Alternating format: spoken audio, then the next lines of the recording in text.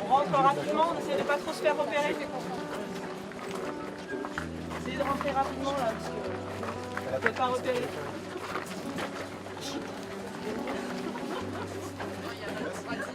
Allez-y.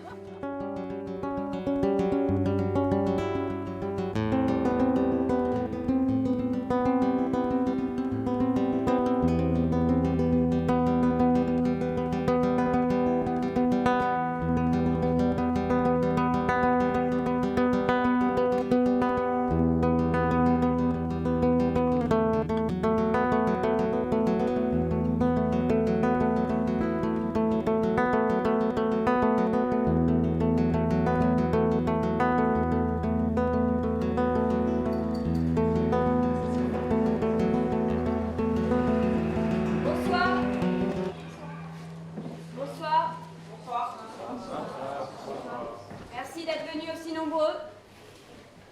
On est très heureux de vous accueillir aussi nombreux ici, dans un village à plusieurs heures vélo de Nantes, Cholet ou Angers. Avant de commencer, on va vous rappeler les quelques consignes de sécurité.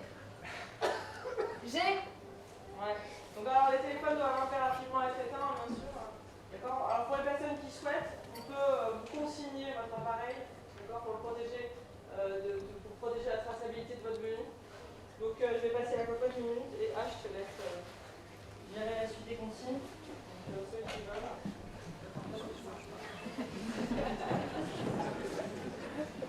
Nous vous rappelons que Radio Résilience est une radio nomade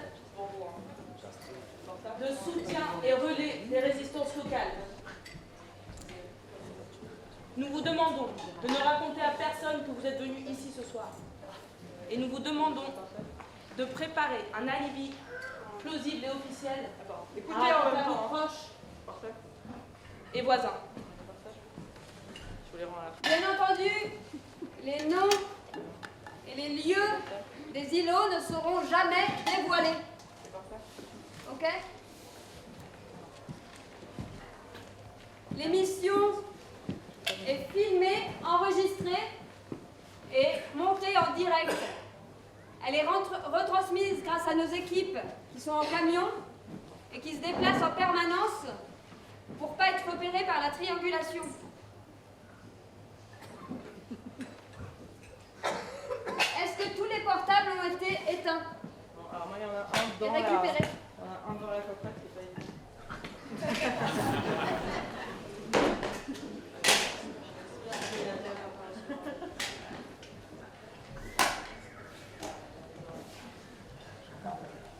On va vous distribuer des crayons pour noter toutes les questions que vous avez à poser. Si vous avez du papier, sortez-le. On va vous en distribuer un peu. À tout moment, vous pouvez nous faire un signe. On viendra récupérer votre papier et il sera tiré au sort. Ok? Ceux qui en ont ramené avec eux, privilégiez ceux que vous avez ramenés. Je crois. J'ai 3 crayons. D'accord. Quelqu'un a un stylo pour écrire? Ouais.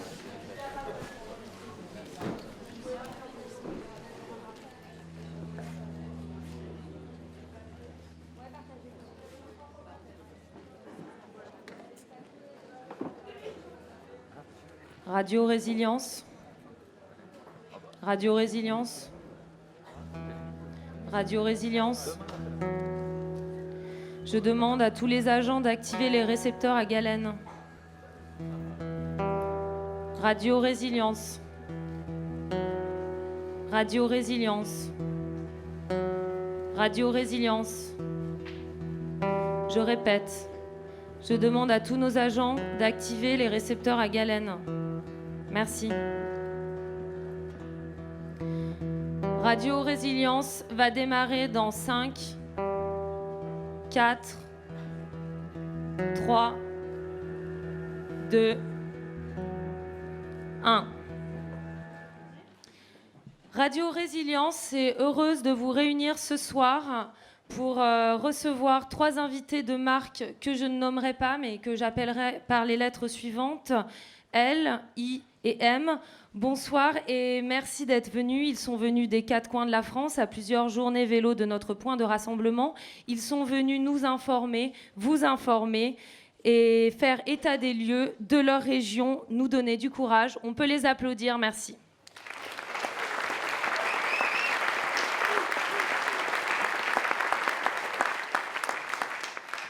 Alors que la France sort juste de 4 ans de gouvernance par le Rassemblement national sous la présidence de notre chère Marion Maréchal Le Pen, le récent putsch organisé par la coalition contre l'extrême droite ne se révèle dans les faits qu'être l'établissement d'une dictature pseudo-écologiste. En effet, le parti unique rassemblé pour renverser le gouvernement fasciste ne fait jour après jour qu'empirer les crises autour de l'eau, l'alimentation ou encore l'énergie, sans aucune reprise des services publics.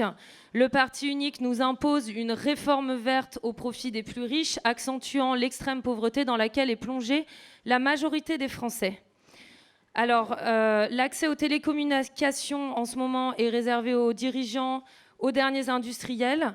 Nous avons récupéré ce soir du matériel vidéo et le village qui nous accueille a collectivisé l'énergie de plusieurs habitants pour permettre cette diffusion exceptionnelle. Nous les en remercions. On peut applaudir tous les habitants du village que nous ne citerons pas. Merci.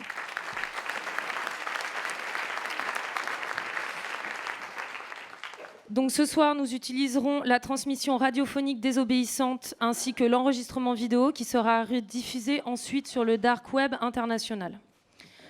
Alors, tout d'abord, avant de laisser la parole à nos invités, un petit point sur l'actualité brûlante et méconnue de la Bretagne, un point totalement ignoré des médias nationaux et internationaux, le Brexit. Effectivement, après des mois et des mois de guerre civile autour de la construction du mur régional, le parti unique semble bien vouloir continuer à fortifier cette nouvelle frontière, la refermer définitivement, non plus pour se préserver des flux migratoires climatiques vers la Bretagne, mais bien pour étouffer la révolte bretonne et éviter que ne se propagent des idées et des façons de faire nouvelles qui portent en elles le désir d'un monde nouveau. On y reviendra en fin d'émission avec I, venu spécialement de Bretagne, porter ce vent contestataire au travers de nos ondes et par-delà les océans. Voilà, donc tout d'abord, je voudrais accueillir M, qui nous fait l'honneur d'être arrivé à de nombreuses journées vélo ici, pour venir témoigner de l'éco-village que M, tu montes, que tu as préparé depuis à peu près les années 2010, si je ne me trompe pas. C'est quelle année exactement ? 2012. 2012, très bien. Donc, est-ce que tu peux... alors, bien sûr, on ne cite pas les lieux, mais déjà nous placer un petit peu le contexte, dans quel paysage tu es, comment tu as commencé ce lieu et avec qui tu vis. Faut savoir que le contexte est particulier par rapport au contexte de tous les autres. Je suis dans une région rurale, reculée, où la moyenne d'âge était très élevée, donc avant l'effondrement. Donc maintenant, tout a beaucoup changé, c'est-à-dire qu'il y a vraiment plus grand monde du tout. C'est-à-dire la moyenne d'âge aidant, souvent des gens médicalisés, isolés, jusqu'au premier hiver après l'effondrement, ça a été. Donc après, à partir du deuxième, il y avait beaucoup moins de monde. Et au troisième, on était quasiment tout seul. Donc ça, c'est une première chose. C'est très pratique pour ce qu'on appelle le glanage. Donc c'est pas de la récupération, c'est pas du vol, c'est du glanage. Ensuite, au niveau du paysage, tout a très rapidement changé, c'est-à-dire qu'on était dans une pays de vallée, d'élevage, beaucoup de prairies, sauf que donc là, après l'effondrement, il n'y a plus de gasoil, donc plus de tracteurs, plus moyen d'entretenir les prairies. Donc rapidement, ça s'est rebouché. La première année, ça a été ce qu'on appelle des mauvaises herbes qui sont installées. Petit à petit, ça a été les ronces, les prunelliers, les broussailles. Et on arrive à un point maintenant où le paysage s'est complètement refermé. où on a des débuts de forêt, des petites forêts pas encore tout à fait matures, mais on commence à pouvoir passer dessous. Donc il n'y a quasiment plus de prairies, à part autour de notre hameau. Voilà. Et au niveau des animaux, c'est comment par chez toi? Alors, avant l'effondrement, c'était catastrophique. Il n'y avait quasiment plus rien, plus une grenouille, plus une abeille, plus rien. Et chose, on ne s'y attendait pas, mais plus d'agriculture, plus de pesticides, plus d'engrais, plus d'eutrophisation dans les eaux. Et en fait, au bout de 2-3 ans, on a vu arriver du gibier, on a vu arriver des poissons, on a vu arriver des insectes en masse. Cet hiver, on a vu notre premier loup, puisqu'il y a à manger, il n'y a quasiment plus personne. Donc c'est en train de changer très très vite. Et l'intérêt aussi pour nous, c'est au niveau de la nourriture. Puisque l'élevage, ça devient très compliqué et on s'est rabattu beaucoup maintenant sur la chasse, la pêche et le piégeage. D'accord. Est-ce que tu peux nous faire un petit peu l'historique du lieu où tu vis? Quand est-ce que ça a commencé? Comment ça a commencé? Donc ça a commencé en 2012, que je me suis installé là-bas. Au début, j'étais seul. Ma compagne m'a rejoint en 2019. Ce qui est rigolo, c'est que je suis venu ici, en tout cas dans la région, je crois, il y a une douzaine d'années, participer à un festival justement sur l'effondrement.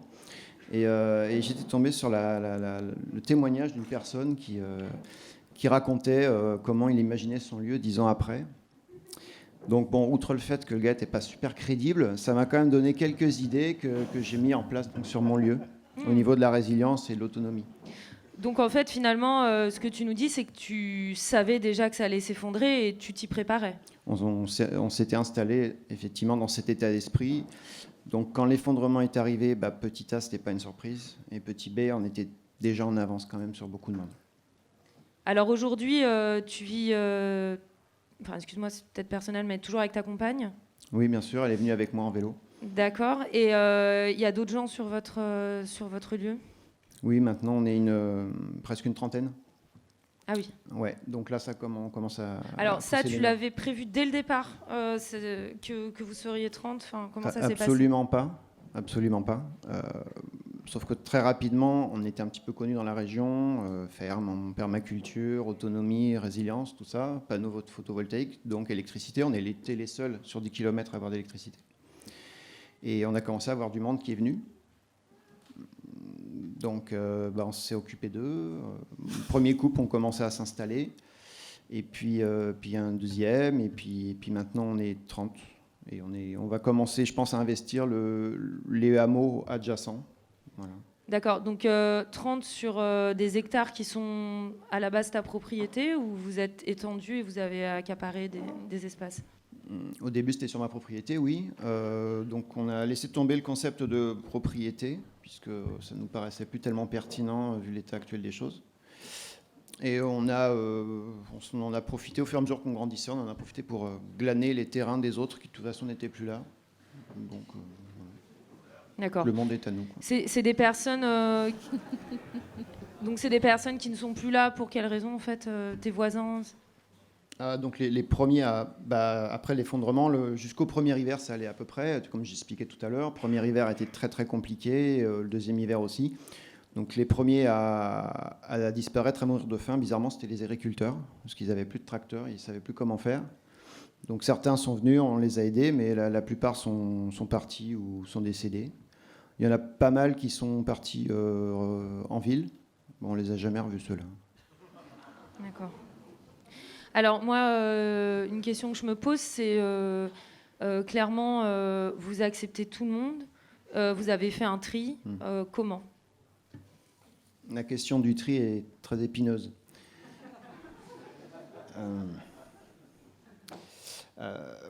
Au début, on ne triait pas trop, et puis on avait une période d'essai, on va dire, où on voyait si ça pouvait le faire, en fait, au niveau de l'ambiance, au niveau du travail, etc. Donc quand ça le faisait, ça ne posait pas de soucis, donc on les gardait, bien évidemment. Si ça posait un problème, alors on donnait de la nourriture, on leur donnait des vêtements. Et on leur indiquait d'autres zones potentielles où ils pourraient trouver d'autres communautés. Et si vraiment ça ne le faisait pas, on leur donnait une mauvaise direction. D'accord. Je vois que vous avez de la ressource. Et en termes de travail, de partage des activités, comment ça se passe concrètement ? On a décidé assez rapidement de partir sur quelque chose d'horizontal. Pas de chef, parce que déjà, je n'ai pas l'âme d'un chef, mais je n'ai pas l'âme d'un suiveur non plus. Si on est chef, on a peur de perdre sa place. Si on est chef, il y a forcément quelqu'un qui va vouloir prendre sa place. Donc, on s'est dit qu'on allait laisser tomber ça et repartir sur des bases différentes que celles qui nous ont amenés là où on en est maintenant. Donc, on s'auto-gouverne entre nous. Voilà, on fait plusieurs réunions hebdomadaires, voire quotidiennes. On s'organise en différents groupes qui tournent suivant les tâches. Voilà. Structure horizontale, c'est assez dépaysant pour pas mal de gens, mais en définitive, on s'est rendu compte que ça fonctionne vraiment très bien.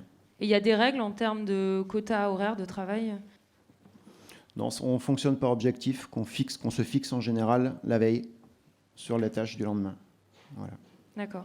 Et avant de prendre une question du public, en termes de confort, comment ça se passe et d'habitat ? Ce fut au début assez spartiate, pour pas dire moins. Donc devant l'afflux de personnes qui se sont installées, on a été obligé d'aménager la... Parce que vous aviez une maison, un corps de ferme. Voilà, on avait une maison principale d'habitation et puis donc une grange. Et puis rapidement, on a été obligé de commencer à se servir de la grange vraiment comme espace communautaire où on mangeait, où on a installé donc une salle de bain également, solaire, pour que les gens puissent au moins rester propres, etc. Et puis rapidement, on a commencé à construire des petites habitations en fait, autour de l'habitation principale. Alors, confort, tout est relatif, mais ossature bois, entorchis, isolation foin. Et toutes les habitations étaient regroupées sur notre petite centrale photovoltaïque avec une prise et 3 lumières, 3 ampoules. Voilà, on n'en acceptait pas plus. Donc, chauffage avec des petits rocket stoves, des petits poêles de masse, assez facile à construire et très très rentable en termes d'énergie. Avec peu de bois, ça fonctionne avec peu de bois. Et puis on a démonté la zone industrielle aussi pour récupérer les bacs aciers pour faire les toits. Voilà. D'accord. Est-ce que on peut avoir une question ? Merci.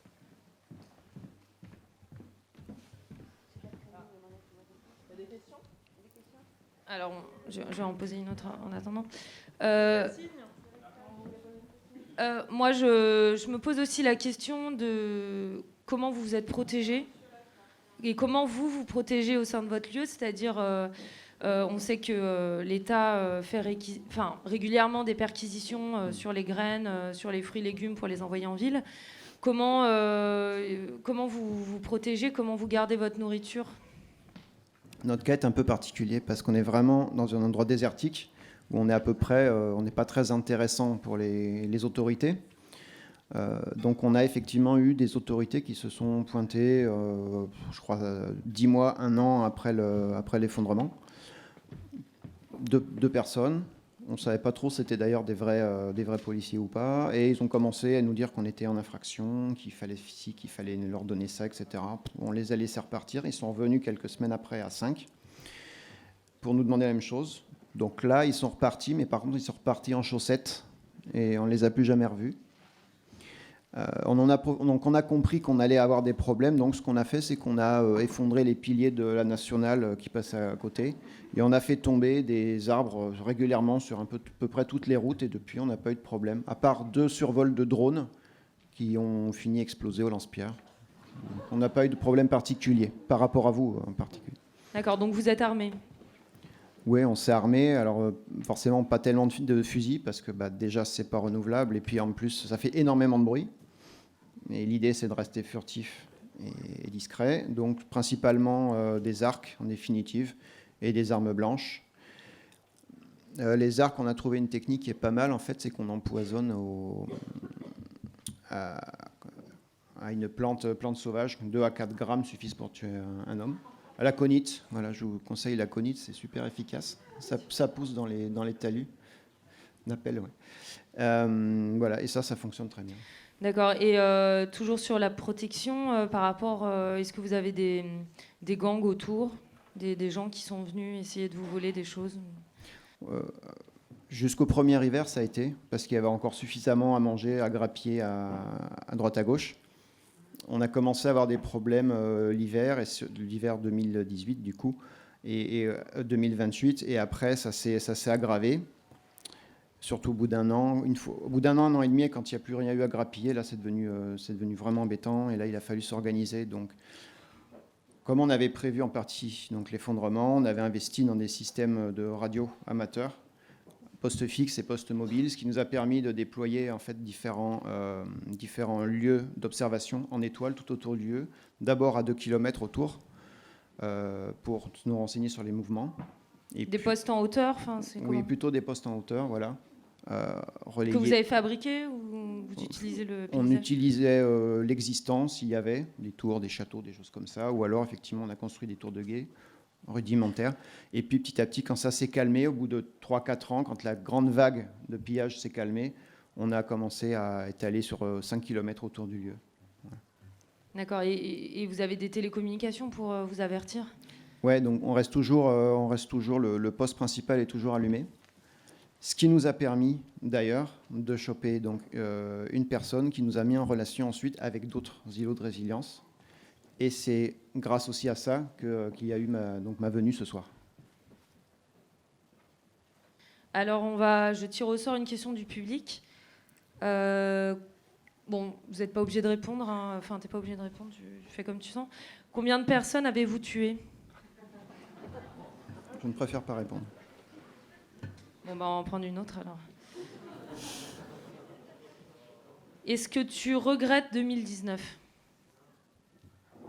C'est une bonne question. Dans une certaine mesure, par rapport à la première question, oui, je regrette 2019.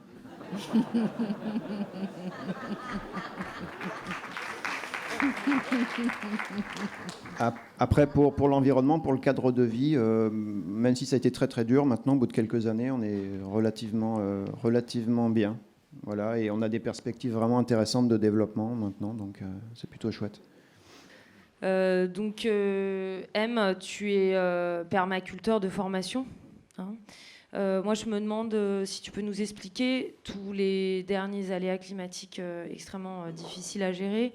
Comment tu t'es ou pas adapté ces 6 dernières sécheresses qui commencent dès le mois de mai, qui se poursuivent jusqu'en octobre. Voilà. Qu'est-ce qui se passe sur le rythme des saisons? Donc ça a été une difficulté supplémentaire, effectivement.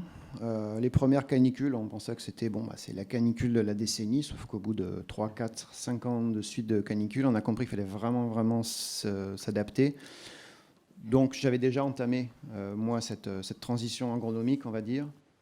Donc on a planté énormément. On a vraiment fait un maillage d'arbres, de vergers multi-étagés, partout, avec non seulement des arbres fruitiers, mais également donc, des légumes vivaces, des plantes grimpantes, des plantes couvre-sol, des tubercules, etc. On a planté principalement également le long des courbes de niveau pour favoriser l'infiltration des eaux de pluie, pour que ça puisse remplir les nappes pour le peu qui coule. Et puis de toute façon, moi je me suis dit, en Afrique du Nord, ils vivent très bien avec 300 mm d'eau par an. Je ne vois pas pourquoi on n'y arriverait pas avec 600. Donc on s'est organisé, on a collecté les eaux de pluie, on a fait beaucoup de travaux de terrassement, de drainage, pour pouvoir collecter, centraliser et infiltrer les eaux. Nous, le fait de planter beaucoup d'arbres, ça crée des microclimats plutôt frais qui ont permis finalement de passer maintenant le cap des canicules, d'autant qu'on a sélectionné des variétés résistantes au manque d'eau et à la sécheresse. Donc maintenant, on commence à être rodé par rapport à ça. Et les soucis de pollinisation, comment tu as surmonté ça? Très facilement, plus d'agriculture, plus de pesticides. Et les abeilles sont revenues au bout de 3 ans. Très bien. Alors, je vais prendre encore une question du public. Merci à vous, Radio Résilience, quel courage. Comment vous réunissez-vous dans votre hameau? Y a-t-il de la frustration dans les relations amicales, amoureuses, autres chez vous? C'est pour ça qu'il faut qu'on essaime rapidement. Là.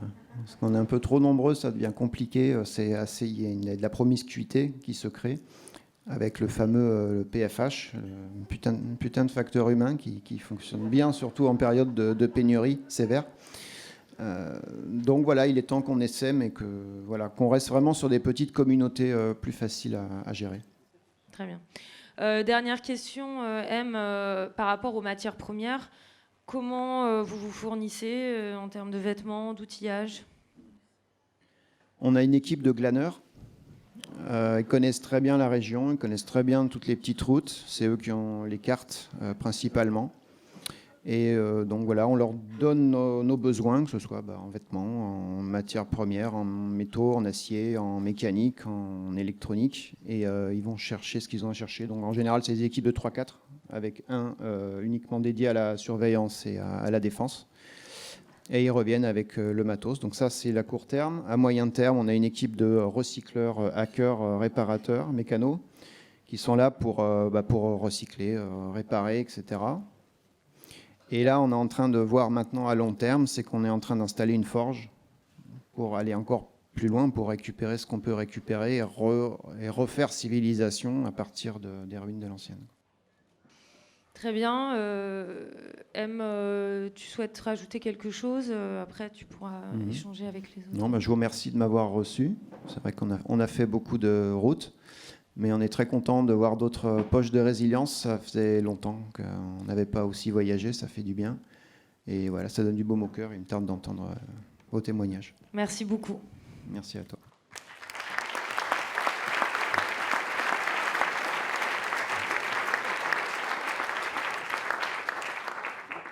Donc, merci. Maintenant, elle, bonjour.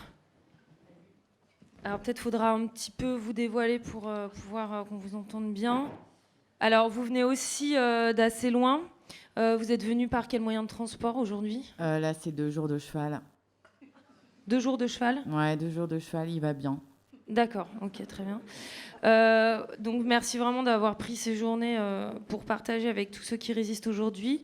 Alors l'incroyable stratégie qui est déployée dans votre ville, alors que la majorité aujourd'hui des communes et des grosses villes françaises sont au bord de la guerre civile et que la plupart des habitants désertent très clairement les zones urbaines pour aller en zone rurale. Est-ce que vous pouvez nous décrire où vous vivez et nous partager cet exemple assez surprenant, s'il vous plaît ? Ouais, alors nous, ce qui s'est passé, c'est qu'on a eu un atome de gens qui étaient prêts, en fait. On a été assez surpris. Ils étaient prêts. Depuis 2019, 2020, ils se préparaient. Et alors, du coup, ça a donné que...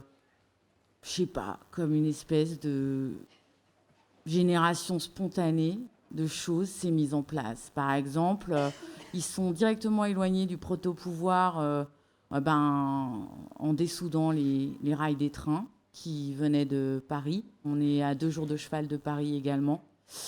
Depuis les années 20, il y a déjà eu des gens qui avaient investi la ville, notamment sur les questions de régie communale autogérée numérique. Donc du coup, les moyens de communication ont été maintenus en dehors de la propagande du proto-pouvoir. Et puis, il y a eu quelques actions assez radicales, c'est-à-dire qu'à l'époque de 2020, je ne sais pas si vous vous souvenez, mais il y avait un truc à la mode qui s'appelait la fake news.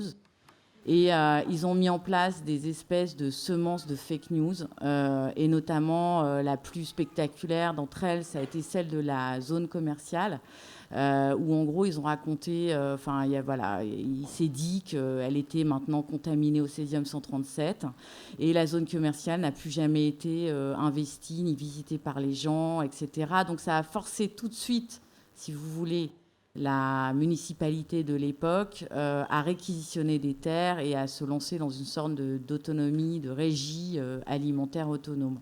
Donc là, elle, pour bien repréciser à tous nos auditeurs, vous aussi, dans votre ville, vous aviez préparé ces bouleversements à venir. On avait complètement préparé ces bouleversements qui sont là. Vous aviez monté un groupe ? Ouais, il s'appelle RN, mais attention, c'est pas Rassemblement National, c'est Renaissance Naturelle. D'accord. Ça s'est fondé en quelle année Et du coup, ça a fait confusion pour diverses élections. Du coup, on a eu pas mal de voix et ça nous a bien servi. D'accord. Alors, donc, Renaissance naturelle, hein, c'est ça? Vous l'avez fondée en quelle année? 2019-2020, notamment pour les municipales. Souvenez-vous, en 2020, les municipales, il y a eu un raz-de-marée collapso dans les mairies. Enfin, ça s'appelait les mairies à l'époque. Et c'est comme ça que ça a démarré, en fait, l'air de rien. Et finalement, ce qui s'est passé, c'est que tous les gens qui voulaient agir se sont présentés, ont été élus avec ces élections-là, qui sont malheureusement aujourd'hui un peu caduques. Ils se sont mis à agir en fait, ce qu'on voulait dans cette ville, qui était 10 000 habitants à l'époque et aujourd'hui que de 3 000, c'était mettre en place un maillage séditieux. Et la sédition... Peut-être vous pouvez expliquer à nos auditeurs, donner la définition de la sédition. Vous êtes sûr que Radio Résilience... Ouais.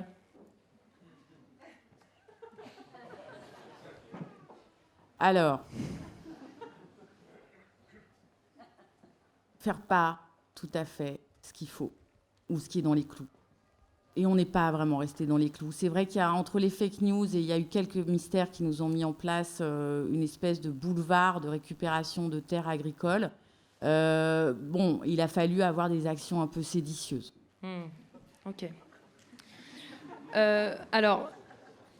C'est-à-dire que, par exemple, pour être très clair, on n'a jamais résolu le mystère de la disparition des pères et fils Calmu, qui avaient pourtant 3000 hectares de terre, et qui glyphosataient tout le temps. Ils sont plus là, on les a prises. La mairie a tout fait pour... les mairies de l'époque a tout réquisitionné, on a tout mis en place. Voilà. Donc la sédition, c'est un petit peu, la résilience tense. D'accord. Est-ce que vous pouvez nous parler un peu plus, de l'organisation de cette ville, de ce qui a pu être mis en place en termes de réformes, qui vous permettent aussi de finalement rester presque libre, alors que toutes les régions sont passées sur le rassemblement, d'abord au niveau régional, au Rassemblement national, mais ensuite au niveau national. Comme je l'ai dit, beaucoup de gens étaient prêts, en fait, et d'une façon assez, spontanée, les choses ont fait que personne n'a basculé du côté noir de la force. Pas tout le monde, en tout cas. Par ailleurs, on a noté qu'il y avait une sorte de sélection naturelle, et je rejoins vachement M là-dessus, c'est-à-dire que il y a des gens, soit on leur indique la mauvaise direction, soit quand ils sont trop vieux, on peut les sortir pendant les temps de sécheresse, de canicule. Il y a une sorte de renouvellement de la population naturelle qui se fait comme ça. Et puis, ça nous laisse de l'espace et de la place pour de nouvelles aventures. Voilà. D'accord. Comment vous êtes protégé des réquisitions de l'État? Parce que vous êtes quand même très proche de l'Île-de-France. Vous êtes un des berceaux agricoles. Donc, comment vous avez réussi à garder votre nourriture? Non, ce qui s'est passé, c'est que, oui, il y a un événement majeur dont je ne vous ai absolument pas parlé. C'est que en 2025, pendant l'année de la grande crise, la compagnie des 200 CRS qui était basée dans cette ville s'est totalement retournée contre le pouvoir. Et ils n'ont pas du tout eu envie de les suivre. Et à ce moment-là, ils se sont mis à la disposition de la ville et de ses concitoyens pour les former à différentes techniques. Alors oui, le close combat, le Krav Maga, mais surtout la technique de l'emmerdement maximum. C'est-à-dire des gonflages de pneus, des montages de boulons. On a même appris à pisser dans les réservoirs des... mais tout ça qui fait que ça a beaucoup enquiquiné et immobilisé des choses. Ce qui fait que petit à petit, je dirais, de guerre lasse, nous sommes une ville quand même qui n'intéresse pas le proto-pouvoir. Ils se sont totalement détournés de nous et nous avons pu gagner cette espèce de sécurité relative. En tout cas, on a pu construire un lieu avec une certaine autonomie alimentaire et énergétique. Voilà. Alors, tu me disais, elle, que votre groupe a même réussi à imposer des textes de loi, des arrêtés préfectoraux, c'est ça? Oui, c'est-à-dire que dès lors que les terres des camions ont été récupérées, il a été déposé un arrêté qui consacrait l'obligation de cultiver, de transformer et de consommer dans un rayon de 25 km. Ça a tout changé. 85% de la ville est en autonomie alimentaire, y compris les notables qui restent un peu encore en place. Ceux-là ne pipent mot dès lors qu'ils ont à manger et que tout se passe bien. Donc ça, c'est un peu la clé. Il faut le dire et le redire. Et autant M travaille sur un groupe de 30 personnes, autant nous, c'est sur 3000 personnes. Et il y a quand même encore des personnes qui sont pas du même... Et ouais, ok, je vais prendre une question. Là, je vois qu'il y en a une qui est arrivée. Alors, que sont devenus les chats de la commune ? C'est vrai que cette ville, à un moment donné, a connu une surpopulation de chats. Ça a été très simple. Enfin, c'est pas que nous, on leur a indiqué une mauvaise direction, hein. On les a pas renvoyés sans leurs chaussettes en fourrure. On en a fait des lasagnes. Oui, voilà. On a eu, voilà, il y en a plein des exemples effectivement comme ça. Non, mais au-delà de ça, c'est clair que le chat ne se reproduit plus tant que ça dans cette ville, puisque de toute façon, il n'y a plus d'oiseaux. Donc, alors, il y a une question. Comment soignez-vous les malades ? Les antidouleurs ? Point d'interrogation. Alors, nous avons très peu de malades. Il y a toujours eu des infrastructures dans cette ville, notamment les infrastructures médicales qui étaient là. On a toujours conservé une sorte d'équilibre dans la population qui faisait qu'on avait effectivement des soignants, des gens qui avaient des connaissances. Et on a tout eu le temps de se préparer entre les années 2000 et aujourd'hui pour redécouvrir et refaire surgir des savoirs anciens.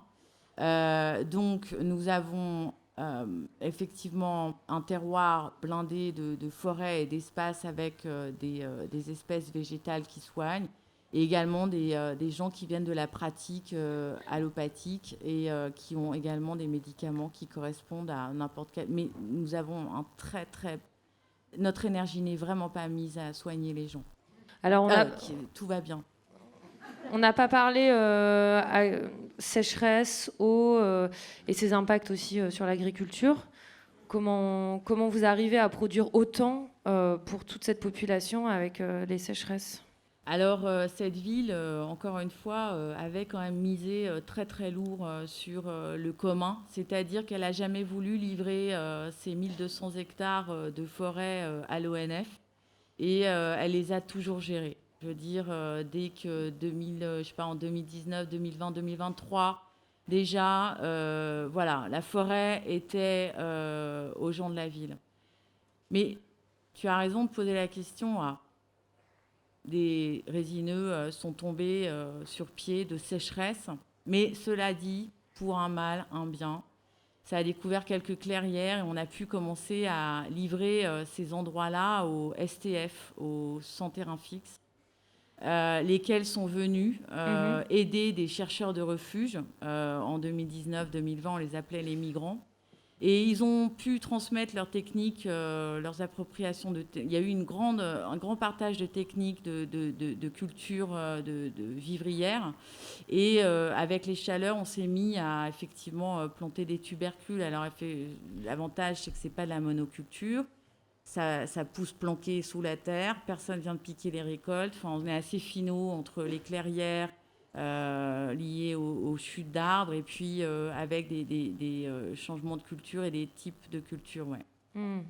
Par ailleurs, on a aussi monté des groupes de soutien d'arrêt du café parce que le café ne pousse pas encore, y compris pour, je ne sais pas vous, moi, comment ça se passe là où vous êtes, mais... on a récupéré quelques graines de café africain, ou de la chicorée, enfin des choses comme ça. Et on essaie de s'en sortir. Ouais. Alors, que sont devenus le théâtre, le cinéma et la culture plus largement? Quoi? Voilà, C'est-à-dire on imagine sait que très bien que peut-être, la propagande du pouvoir met en place sa culture. Voilà, nous, on est en parallèle avec notre culture, c'est nous préparer. Ça ne nous empêche pas d'écrire des haïkus dans la forêt, oui. Très bien. Tu m'avais parlé aussi d'un rapport sur les loisirs, quelque chose comme ça? C'est-à-dire que, pareil, l'équipe, alors c'est après, ça c'est en 2025-2027, on a déclaré que il y avait un arrêté municipal pour interdire la totalité des commerces inutiles. Donc les ongleries ont fermé, les magasins de vapoteurs ont fermé, et la téléphonie mobile a fermé. De toute façon... Voilà. Très bien. Donc, je vous propose maintenant un petit break musical pour se détendre les neurones. Et on revient dans quelques instants.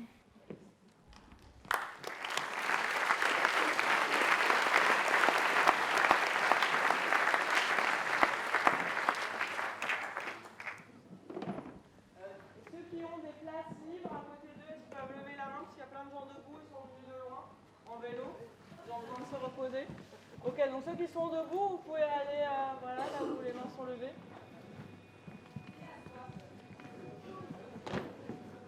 On n'a pas beaucoup de faire, si vous pouvez partager vos verres avec les gens de votre famille.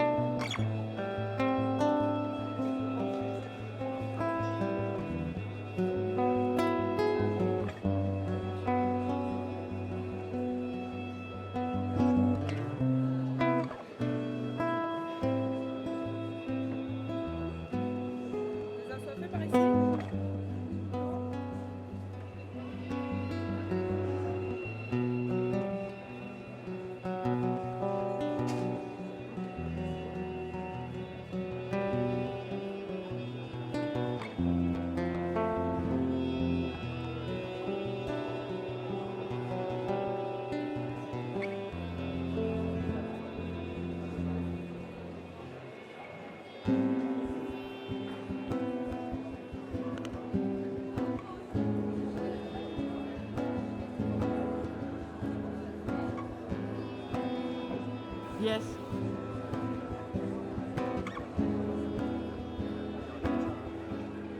Merci, G.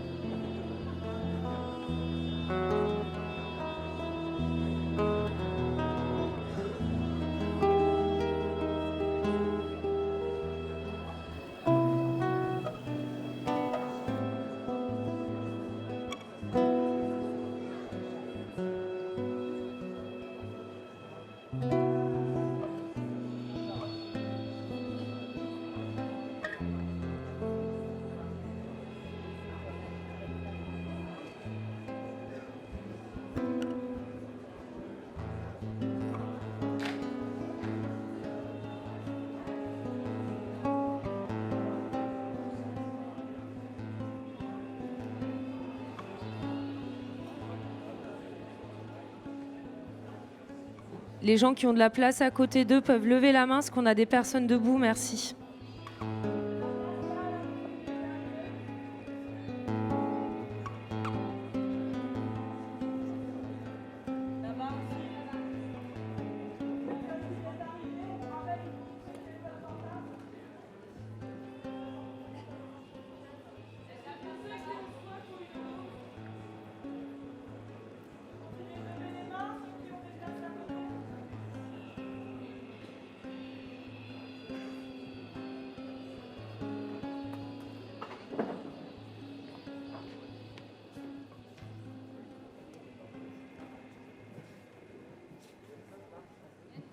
Radio Résilience.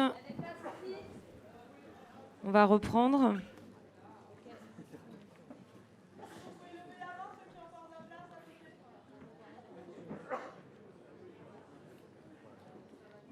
Il y a de la place par là.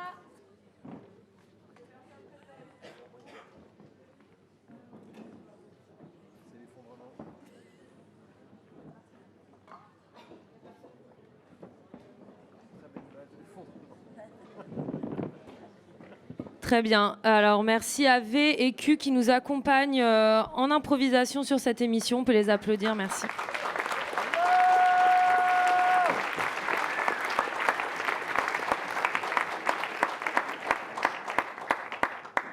Alors, on a reçu un petit papier pour savoir s'il restait de la bière. La réponse est non. Je suis désolée. Alors, sans plus attendre, passons à l'actualité brûlante du moment dont vous n'entendrez pas parler dans les médias, mais qui relie aujourd'hui et rallie des milliers de personnes. Donc, bonsoir. Bonsoir. Merci vraiment, vraiment d'avoir pris ce temps. Je sais que vous êtes aussi à quelques journées vélo de chez nous, de ce point de ralliement. Je pense que vous devez être très, très occupés en ce moment, car il se passe plein de choses. Avant toute chose, est-ce que vous pouvez nous faire un bref historique de la région Bretagne ces dernières années, depuis l'arrivée au pouvoir du Rassemblement national? Alors d'abord, qui est arrivé en 2025 aux élections régionales bretonnes, puis en 2027 aux présidentielles, et maintenant, voilà, depuis les 8 mois, le putsch du parti unique. Un petit récapitulatif vraiment spécifique à la Bretagne, parce que je pense que les infos circulent assez mal. C'est important qu'on puisse faire un petit récap, même depuis 2020, parce que c'est quand même là que tout commence. En fait, dès 2020, on a le Rassemblement national qui gagne 2 régions. Alors, c'était déjà limite dans les élections précédentes, mais en 2020, on a PACA et le Grand Est qui passent aux mains du Rassemblement national. Oui, et j'en profite juste, on a eu beaucoup de questions sur rappeler l'enchaînement des événements qui ont amené l'effondrement même plus global. Tout à fait. Voilà, donc on peut je vais essayer de prendre le temps de l'expliquer, parce que je pense qu'on ne peut pas parler de la situation actuelle alors qu'on est déjà en août 2031. Il s'est passé déjà beaucoup de choses cette année. Donc si on n'explique pas ce qui s'est passé à partir des années 2019-2020, je pense qu'on ne va pas s'y retrouver. Et effectivement, donc on a ces élections régionales qui étaient prévues fin 2020. On voit arriver donc le Rassemblement national qui prend ces 2 régions emblématiques. Et en fait, entre 2019 et 2025, il y a eu une succession, on en a déjà parlé, en a parlé, et elle aussi, de sécheresse, de canicules, dont les épisodes ont eu lieu de plus en plus tôt dans l'année. C'est-à-dire qu'au lieu d'avoir, comme en 2019, des canicules à partir du mois de juin, en 2025, c'était déjà début mai, quoi. Donc, je ne vous parle pas de la date des vendanges, c'était fin juin. Donc, c'est clair que c'est cumulé 2 phénomènes importants, à la fois un réchauffement incroyable qui s'est répété quasiment tous les ans depuis 2019, et puis cette rupture en 2020 avec l'Est de la France qui est passé complètement facho. Donc on a assisté, en particulier sur la Bretagne, à une arrivée de migrants de l'intérieur qui fuyaient à la fois la canicule, et je le comprends, et un effondrement démocratique sur tout l'Est de la France, du nord au sud, quoi. Avec une vraie fracture, une vraie limite qui séparait le pays en 2. Donc c'était très difficile, parce que la Bretagne est quand même connue pour être une région où le Rassemblement national fait ses scores les plus faibles. Et ça, depuis très longtemps. Et déjà, c'était préparé, on va dire, à l'accueil des migrants de l'intérieur. Et j'oublie de préciser que déjà en 2019, on a vu circuler des cartes qui précisaient que les métropoles comme Madrid et Rome faisaient partie des métropoles qui allaient manquer d'eau.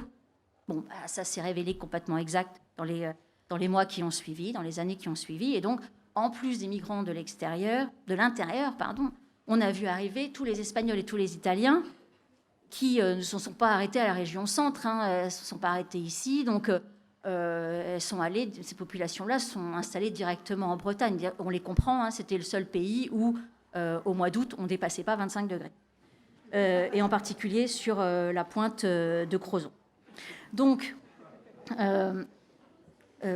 malheureusement, même s'il y a énormément de Bretons qui se sont préparés à l'accueil de tous ces migrants et à faire en sorte que cette région reste vraiment emblématique de l'accueil, avec une tradition très très forte qui datait de plusieurs siècles, malgré la coalition entre les autonomistes, entre l'UDB, les écologistes et les anarchistes qui se sont vraiment battus pour que cette région, finalement, maintienne les valeurs d'humanisme dont on peut être fier, toujours, même si aujourd'hui on sait très bien que tout le monde s'en fout, mais cette coalition, elle n'a pas tenu.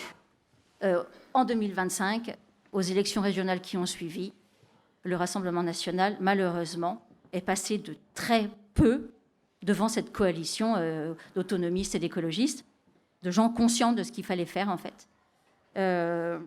Et malheureusement, la Bretagne est passée au Rassemblement national comme la moitié des régions de France. Et dès leur arrivée au pouvoir, ils ont commencé la construction du mur. Alors, c'est facile. Ils se sont servis des 3 rivières emblématiques, du nord au sud. Ça a commencé par... Ils ont essayé de construire le mur par tronçon à partir du Couesnon. Alors, le Mont-Saint-Michel est resté en Normandie, bien sûr. Ce n'était pas nécessaire non plus de le garder. Ensuite, en suivant la vallée de l'Île, Rennes est restée en Bretagne. Par contre, Nantes, non.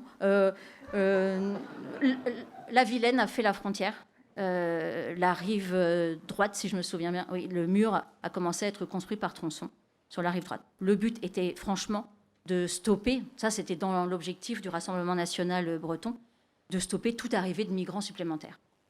Donc c'était un vrai Brexit qui avait déjà été annoncé par un journal très connu en 2019. Il s'en doutait. Ouais. Le Gorafi avait déjà annoncé la possibilité, mais à l'époque, en 2019, c'était qu'une possibilité. Et d'ailleurs, tout le monde riait comme aujourd'hui, sauf que le Rassemblement national ne riait pas du tout déjà. Et je pense qu'ils avaient déjà dans leur carton projeté de construire ce mur. Mais au moins, ce qui s'est passé, c'est que la coalition qui s'est battue contre les fachos est tout de suite entrée en guérilla. C'est-à-dire que chaque tronçon qui était construit était détruit la nuit. Donc on se souvient de Pénélope, mais là c'était du concret, c'était du lourd, c'était de la pierre. Il y a vraiment eu un mouvement de résistance qui s'est tout de suite opéré. Et ça, c'est plutôt chouette parce que j'avoue que quand en 2019 on circulait en Bretagne et qu'on voyait déjà apparaître tagués des logos des suprémacistes blancs, je ne sais pas si vous avez en tête ce logo, c'est le rond blanc avec la croix blanche à l'intérieur. On flippe quand même un max. Donc ça, c'est quand même plutôt jouissif de se dire que c'est une région qui a réussi finalement tout de suite à rentrer en résistance. Alors, c'était pas joyeux, je veux dire, on est quand même avec un mur qui servait de front, de zone de guerre. Et puis, évidemment, en 2027, il y a eu l'arrivée au pouvoir, alors cette fois-ci nationale, aux élections présidentielles de Marion Maréchal Le Pen. Elle avait échoué de justesse en 2022. C'était Christine Paccard qui avait été élue à la place d'Emmanuel Macron en 2022. Elle était passée de justesse. De justesse à 53-47, c'est quand même un score. Oui, non, mais c'est le barrage, c'est très bien d'en parler, mais bon, à un moment ça craque. Et en 2027, elle arrive au pouvoir après que sa tante ait échoué à plusieurs reprises, et son grand-père. Donc, c'est vrai qu'en 2027, quand le RN arrive au pouvoir dans le pays, s'opère quelque chose d'assez particulier. C'est-à-dire déjà, ils remettent le franc. qui avait été déjà remis par le RN en Bretagne. Ils avaient fait le franc breton. Oui. Mais à ce moment-là, ce qui est vraiment très très fort et qui est très significatif, c'est qu'il y avait déjà énormément de monnaie locale en Bretagne qui existait depuis bien avant 2025. Oui, dans tous les mouvements oui. Alors, alternatifs, je peux en citer 2-3. Il y avait le galet à Plohermel, il y avait le galéco sur Rennes et Fougères, il y avait le Buzuc, le Bise, l'Éole, l'Ours, le Retzel. En fait, en 2019, ils étaient déjà en train de réfléchir finalement à une jonction et à se fédérer en monnaie régionale, mais avec une charte et avec des valeurs vraiment extrêmement fortes de partage, de solidarité, etc. Donc on est là en totale opposition avec le projet du franc breton, bien sûr. Mais en 2025, en réaction aux élections régionales, ils créent l'Hermine, la nouvelle monnaie régionale forte, quoi. On peut préciser quand même le contexte de déflation globale lié à l'effondrement économique. De toute façon, en 2022, quand Christine Paccard est arrivée au pouvoir, elle incarnait, elle représentait finalement ce parti libéral qui avait existé depuis qui avait été au pouvoir depuis des décennies. On ne parle pas du faux parti libéral qui avait été au pouvoir entre 2012 et 2017, mais elle a accentué finalement la fin des services publics, qui avait déjà bien été entamée avec les présidents précédents. Finalement, tous les pouvoirs régaliens, tout ce que l'État pouvait faire avant, c'est-à-dire s'occuper finalement des hôpitaux, des écoles, etc., tout ça avait déjà été passé progressivement au privé. Quand le Rassemblement national arrive au pouvoir en 2027, ils héritent finalement d'un pays qui gère quand même l'armée encore. C'est-à-dire qu'il faut quand même être clair. C'est pas parce qu'il y a 200 CRS qui, à Nijoin, arrivent à virer Cutty et à passer du côté citoyen. Moi, je pense qu'à Nijoin, vous avez eu finalement les 200 seuls CRS qui n'étaient pas fachos à l'époque. Ça, c'est clair. Et vous avez eu du bol, franchement. Je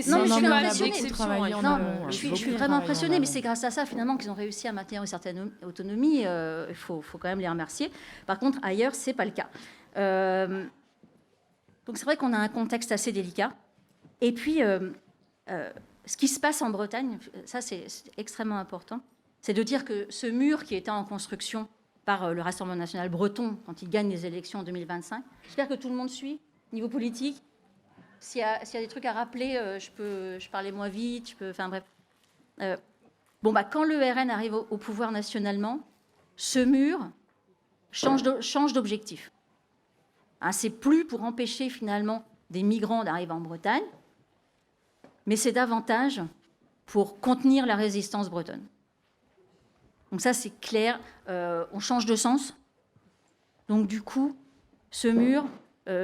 c'est pour éviter qu'on essaime. Et la Bretagne s'était quand même organisée depuis belle lurette, les îlots de résistance dont on parle. Les Bretons avaient commencé à organiser.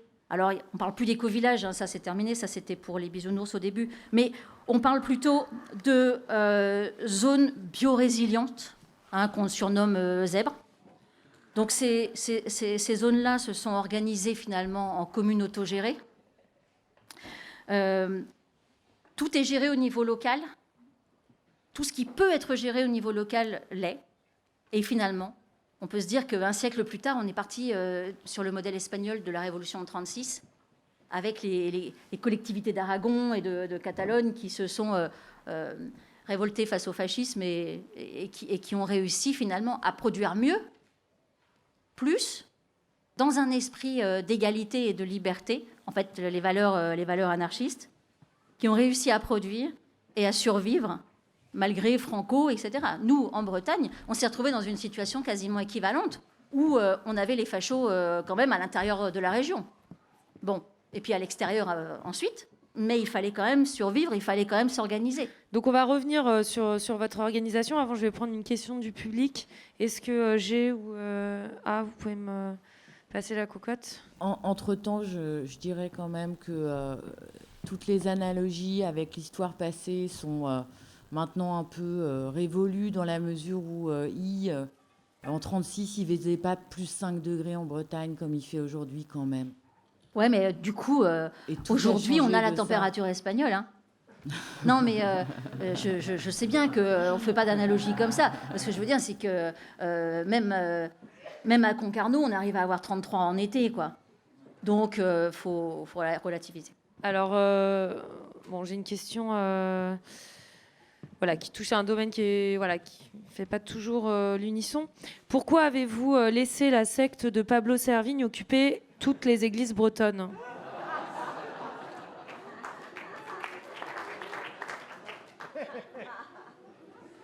Déjà, il y avait pas mal d'églises de libre et puis c'était le seul endroit frais. D'accord.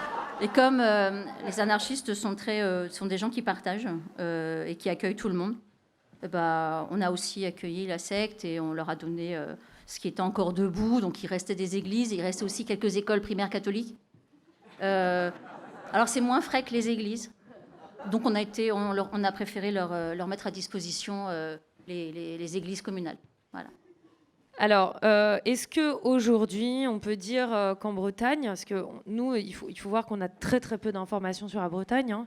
Le but de cette émission, c'est aussi de transmettre ce qui s'y passe. Est-ce qu'aujourd'hui, on peut dire que le peuple a repris le pouvoir ? Oui, parce qu'il y a un élément extrêmement important. Là, on a tourné autour du pot, on n'en a pas parlé depuis le début de l'émission, mais on est en août. En janvier, il y a eu quand même une révolution dans notre pays. C'est-à-dire que ce Rassemblement national qui croyait revenir à un septennat et garder le pouvoir le plus longtemps possible, s'est fait renverser par le parti unique. Parti unique, mouvement unitaire républicain, surnommé le MUR. Je crois qu'il y a tellement de déceptions suite à ce putsch. Ah non, mais c'est catastrophique.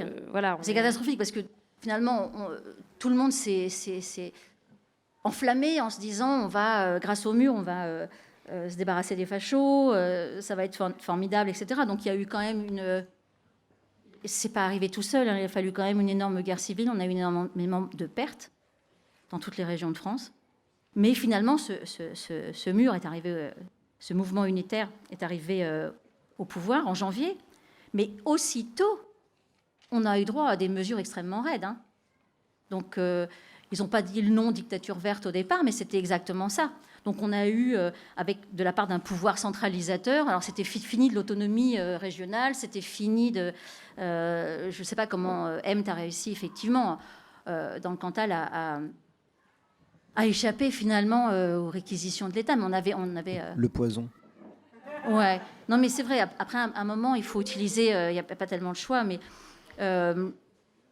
on a à la fois un pouvoir centralisateur qui nous a imposé le tout électrique. Donc le retour aux centrales nucléaires obligatoires, même celles qui fonctionnent presque plus, on les réutilise. Ils ont voulu réouvrir Brénilis, donc heureusement la résistance bretonne a dit non. Ils ont même pensé revenir sur un projet à Plogoff, c'est vous dire. Donc ils ont développé tout l'éolien et le photovoltaïque de masse, hein, c'est-à-dire de manière industrielle et réservé à quelques groupes, parce qu'il reste quand même Total chez nous. Alors le pire du pire, c'est que bon, il y a aussi le permis de procréer. Ne peut pas avoir d'enfant qui veut. Et ça, je vous parle que pour un seul enfant. Hein. Même un seul, il faut le permis. Donc c'est totalement aléatoire, c'est juste dégueulasse. Les plus riches ont le droit d'avoir ce permis. Les autres, il faut qu'ils mendient, il faut qu'ils aient des laissez-passer et qu'ils aient beaucoup d'entre-gens. Enfin, c'est le clientélisme quoi, de base. Mais alors le pire, c'est que, en fait, pour l'entretien des centrales, qui était arrivé en fin de vie, etc., alors là, dès le mois de février, ils ont réquisitionné tous les prisonniers. Donc les prisons, évidemment, se sont retrouvées vides. Ils ont pu se vanter dans leur programme de dire on a vidé les prisons. Mais c'est logique, tous les prisonniers étaient réquisitionnés à la fois donc pour les centrales nucléaires, puis personne ne voulait y aller, hein, bien sûr. Elles avaient toutes 50 ans, elles avaient dépassé 50 ans de vie. Ensuite, les petits délinquants ont été envoyés dans les mines ariégeoises et bretonnes, puisqu'on a Variscan Mines. Donc je rappelle, hein, c'est un groupe australien qui, depuis déjà 2010 à peu près, faisait le pied de grue au gouvernement pour avoir le permis d'exploiter le tungstène, le tantal, le cuivre, l'or, etc. Dans les Pyrénées et en Bretagne. Et ben, c'est facile, hein. Avec l'arrivée au pouvoir du parti unique, ça a été bingo. Ils ont obtenu tous les permis d'exploiter. Donc tout ce qui était avant dans nos ex-colonies, ça s'est retrouvé chez nous avec l'exploitation à ciel ouvert des mines les plus dangereuses. Mais ils ont choisi pour ça tous les petits délinquants évidemment pour exploiter les mines. Et puis après les inactifs, tous ceux qui n'avaient pas de taf, ils ont été envoyés pour nettoyer les plages, puisque là il fallait quand même que l'élite qui restait au pouvoir puisse aller se baigner en Bretagne. Donc là, tous les inactifs ont été réquisitionnés. Alors ça, c'est pour... voilà la situation aujourd'hui. Face à ça, on ne pouvait pas laisser faire. Je pense qu'il y a beaucoup de gens qui se sont réveillés aussi, qui ont cru au parti unique, qui ont cru au mur, et je pense qui ont complètement déchanté. Tous, Non, mais je pense qu'il y en a qui ont compris que maintenant, il ne fallait plus aller voter, qu'il fallait réellement revenir à la base d'autogestion, de collectivités autonomes qui se gèrent elles-mêmes, mais qui ne restent pas sur leur base ou à l'intérieur de leur mur. Je pense qu'il n'y a rien de pire que de confondre individualisme et individualité. L'individualisme, c'est l'horreur, c'est le self-help, c'est l'apicratie, c'est le bonheur au travail, c'est toute la connerie qu'on nous a fait bouffer depuis la crise de 2008. Alors qu'en fait, nous, ce qu'on cherche, c'est ce que je considère être comme aujourd'hui la seule chance de s'en sortir, parce qu'entre les canicules et la dictature verte, il faut garder de l'espoir. Et cet espoir-là, il ne peut venir finalement que la fédération de ces collectivités autogérées qui se regroupent dans le confédéralisme, comme finalement ce qu'ils ont essayé de faire au Rojava avant qu'Erdogan les bute. Et c'est horrible, mais il y a des régions qui ont réussi. Et nous, il ne faut pas qu'on perde espoir. Et je pense que justement, aujourd'hui, le fait de se rassembler sur Radio Résilience, entre la Bourgogne, le Cantal, la Bretagne, je pense qu'il faut qu'on arrive, malgré les problèmes de transmission, à rester connectés et à fédérer davantage, finalement, à créer ce réseau dont on a besoin pour vivre, car sans réseau, sans solidarité, je pense que on s'en remettra pas.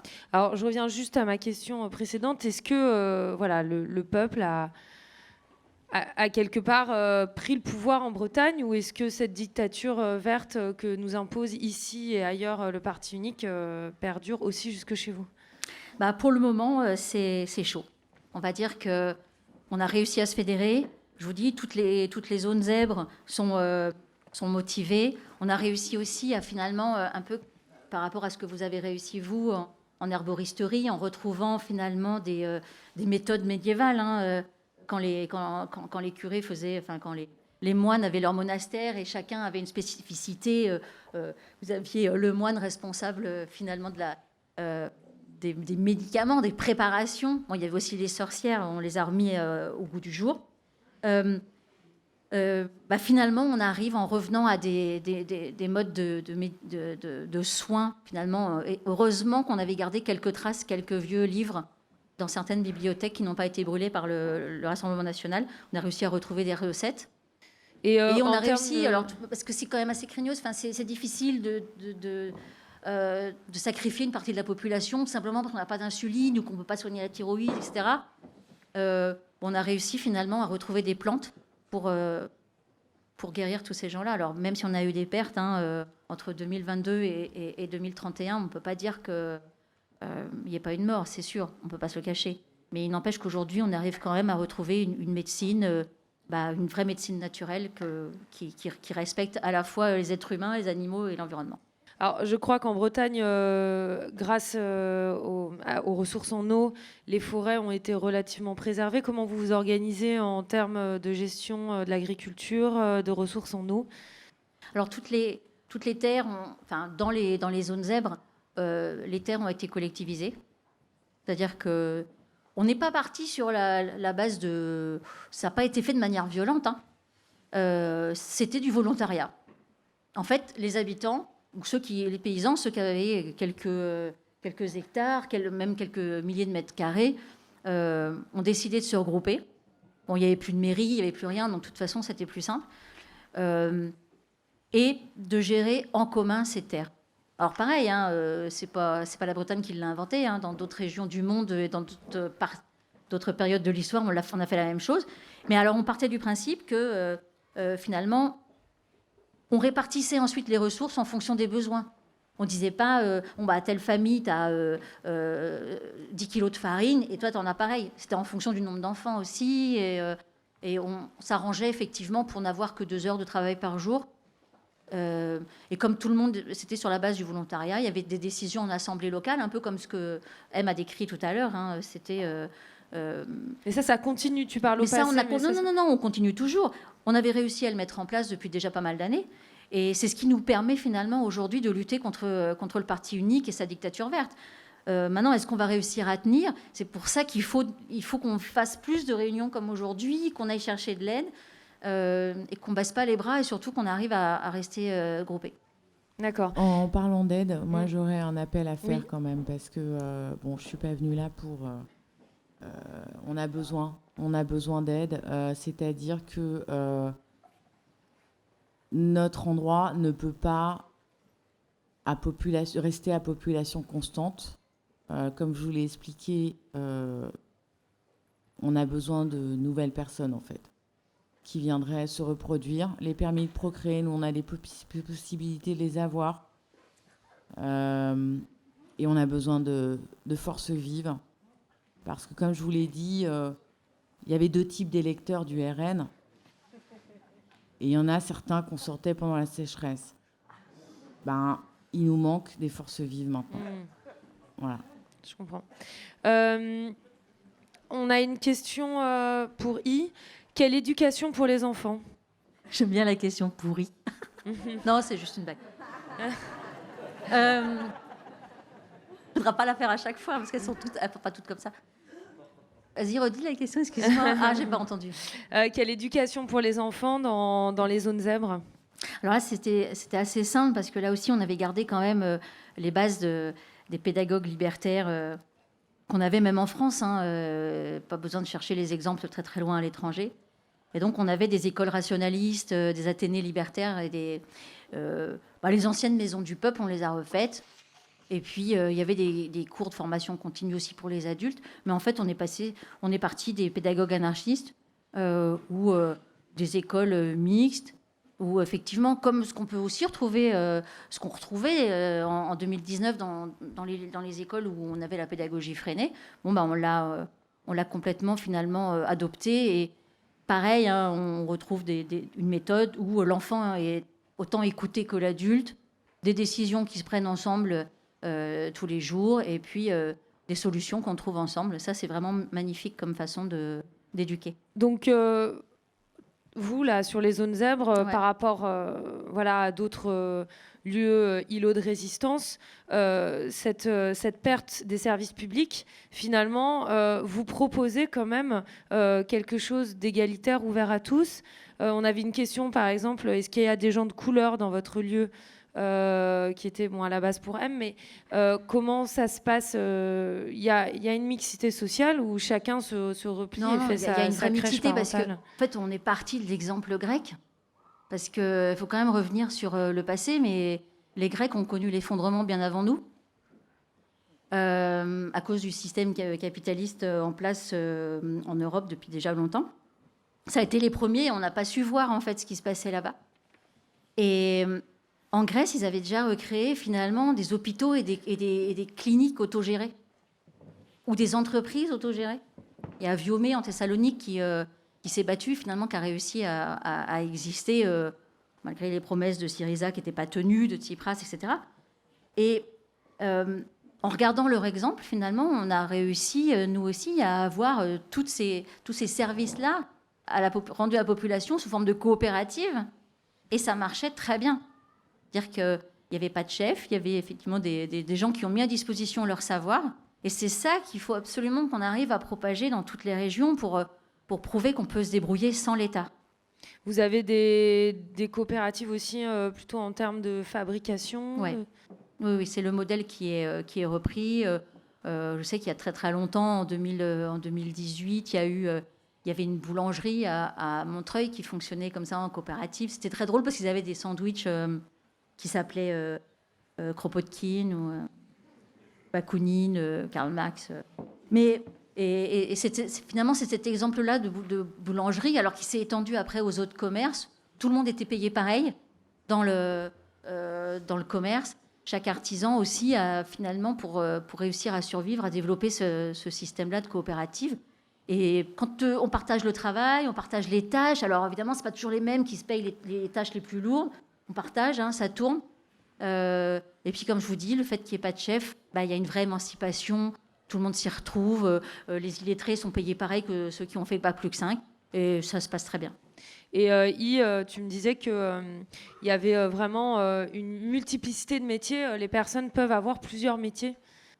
Tout à fait, parce que ça fait quand même quelques années, parce que je me souviens déjà dans les conférences, il y a 13-14 ans, de Pablo Servigne, on entendait parler de permaculture, qu'il fallait se former à la fois dans des métiers manuels et intellectuels.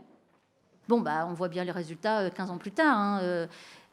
Ça paye d'avoir des gens qui sont capables à la fois de recycler le cuivre et pour refaire de la plomberie avec ce qui reste des anciens centres commerciaux.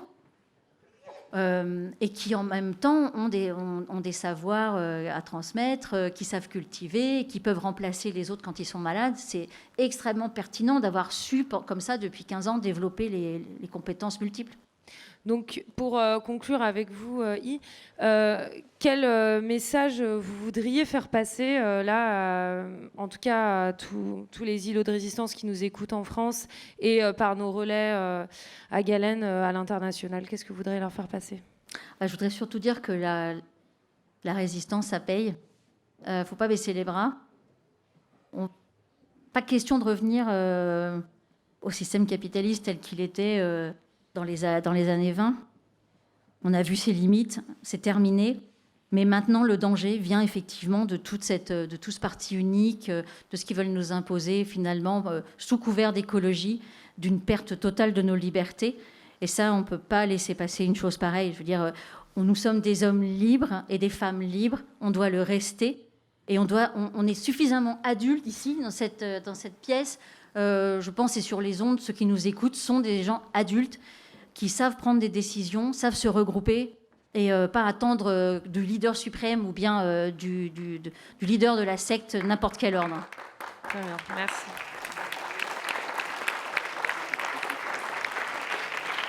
Alors, pour conclure, je vais tirer quelques questions pour L, I et M. Voilà. Alors, avez-vous peur que la nouvelle traite des esclaves qui a été votée par Mélanie Trump touche à nouveau la France et la Bretagne? Qui veut répondre? La nouvelle quoi? La nouvelle traite des esclaves qui a été votée par Mélanie Trump touche à nouveau la France et la Bretagne. Enfin, nous, on n'est pas concernés. Hein. Nous, ça fait longtemps qu'on est tous libres et qu'il n'y a plus d'esclaves. Donc, après, elle se la garde, sa loi. Mais après, si le parti unique veut s'en inspirer, ils s'en inspireront. Mais je pense que ça concerne plus les cyborgs qui sont devenus les nouveaux esclaves. Je ne pense pas que ça concerne les humains aujourd'hui. Dans mon coin, j'ai entendu dire que parfois nécessité fait loi et que dans un scénario de descente énergétique, il faut bien remplacer les 200 esclaves par jour par quelque chose. Ouais. Et j'ai entendu dire qu'il y avait des communautés assez reculées qui pratiquaient cette chose. Ouais. D'accord. Donc à voir. Disons il va falloir se méfier, quoi. Et effectivement, on n'est pas au courant de tout ce qui se passe dans les coins les plus reculés. Qu'est-ce que vous avez fait de tous les morts?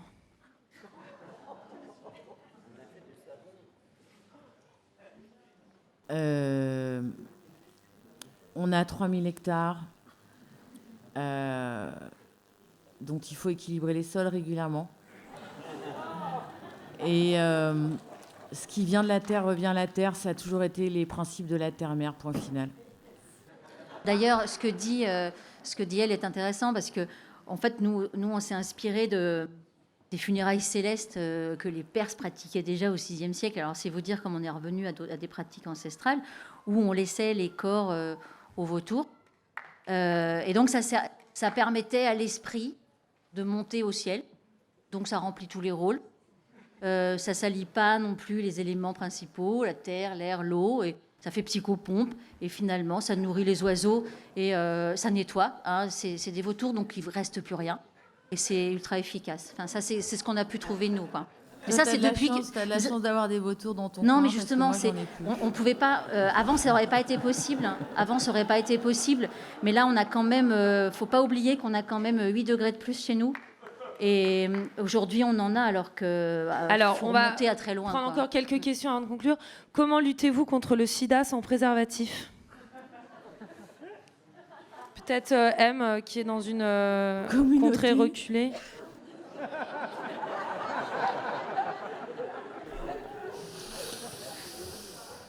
Dans notre communauté, nous avons une vie sexuelle très stricte, très cadrée, ce qui évite certains débordements et des problèmes de cet ordre. Vous pouvez préciser strict et cadré, c'est-à-dire, je comprends pas. Mais nous non plus, on comprend pas.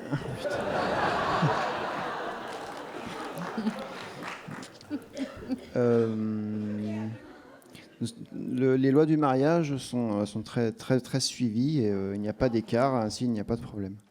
Voilà, je vous autant dire tout de suite, En fait, on n'a c'est plus. les Non, mais nous, on n'a plus de mariage. Enfin, nous, le mariage n'existe plus. Ah oui. Mais ça va très bien comme ça. Ouais, tiens, ça me fait poser un vrai principe sur les questions de... comment ça se passe l'amour chez vous, là ? Pas l'amour sexué. On avait cette question aussi dans le public. Ouais, hein. comment ça se passe, les liens ça se passe comment ? Il faut qu'on essaime.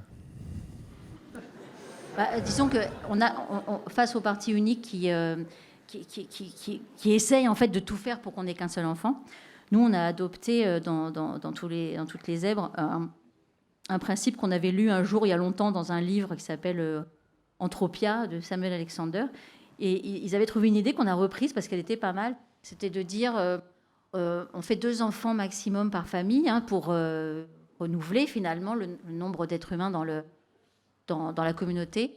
Et puis, s'il y en a qui veulent avoir un 3e enfant, on regarde s'il y a eu des morts ou pas. Et s'il y en avait plus ou moins, en fonction des années, et on tire au sort parmi les familles qui veulent le 3e. On a trouvé que c'était... c'est intéressant. Finalement, il y en a qui en veulent qu'un, ou il y en a qui en veulent pas. Donc, de toute façon, après, tout ça, ça se rééquilibre. Mais au moins... Il y a une chose de positive, c'est que ça se décide ensemble, quoi. Il n'y a pas de frustration, on n'impose pas aux gens, ça reste libre, quoi. Je prends une dernière question du public. Est-ce que les femmes, et une question qui me tient à cœur, est-ce que les femmes ont enfin trouvé leur vraie place ? Les mecs n'ont pas eu le choix. Chez nous, c'est clair. Chez nous, c'est clair. Alors, c'est peut-être pas le cas de la communauté de M, je sais pas. Non, mais elle est très reculée, sa communauté. Apparemment, non. Hein. Apparemment, il est marié. On peut peut-être demander, je crois que votre femme est dans l'Assemblée, on peut peut-être lui demander un témoignage ? Oui, c'est une excellente idée. Okay. Mais nous sommes pas partis sur une structure horizontale. Et tout le monde est égal à l'autre, et les hommes et les femmes, c'est la même chose. Et dans vos régions, comment... Nous, il a fallu quand même qu'on y aille un peu au forceps, si je peux me permettre. Ça s'est pas fait tout seul, ça s'est pris. Mais comme tu dis, ils n'ont pas trop eu le choix, les hommes. C'est pas tant que le rapport de force s'est inversé, c'est qu'enfin, une sorte de réunion des 2 principes masculin et féminin s'est fait. Voilà. Et ça s'est fait sur le dos de cet effondrement en cours. On n'en est qu'au début, les copains, je vous le rappelle, hein, parce que là, c'est qu'une promenade de santé pour l'instant. Et il me semble qu'on a réussi à réunir ça. Après, entre les cons et les pas cons, ça, c'est pas sûr qu'on ait réussi à se réunir pour l'instant. Et pour toi, la place des femmes en Bretagne De toute façon, c'était la base. C'était écrit dans les chartes de construction des zèbres. Donc... les gens qui n'étaient pas trop d'accord avec cette égalité totale homme-femme sont partis vivre ailleurs. Hein. On a appliqué un peu le même principe que M. Le changement de direction. Ceux qui n'étaient pas trop d'accord avec cette égalité, ils sont partis voir ailleurs. À partir du moment où nous, on avait décidé que c'est partie des piliers de la construction, après cet effondrement total, tout le monde le vit très bien. On arrive à cette égalité. Hein. Il n'était pas question, finalement... d'imposer le pouvoir des femmes, n'ayez pas peur. Même si parfois c'est tentant, hein, c'est sûr. Mais non, on l'a pas fait. On l'a pas fait. On a été super sympa, je trouve, parce qu'on aurait pu inverser aussi à certains moments pour se rattraper de 3 siècles, voire 10 de patriarcat. C'est ce qu'on a proposé sur le service d'ordre ce soir. Non, mais c'est d'ailleurs. sûr, c'était tentant, parce que franchement, on en a bavé quand même hein, pendant longtemps. On a été massacrés. Si, violés aussi. Non. Et faut dire les sorcières, c'était pas les sorciers qui étaient brûlés, hein, c'était les sorcières. Et du coup, non, on l'a pas fait. On a vraiment respecté cette égalité et je crois qu'on peut en être fiers aujourd'hui. Merci, on peut vous applaudir.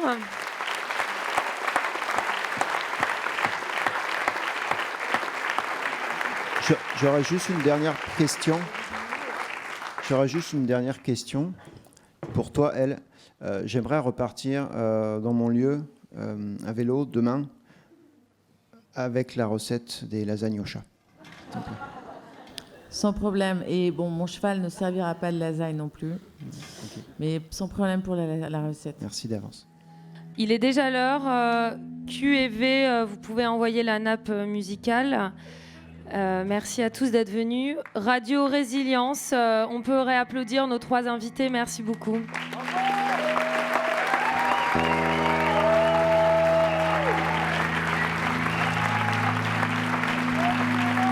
Radio Résilience.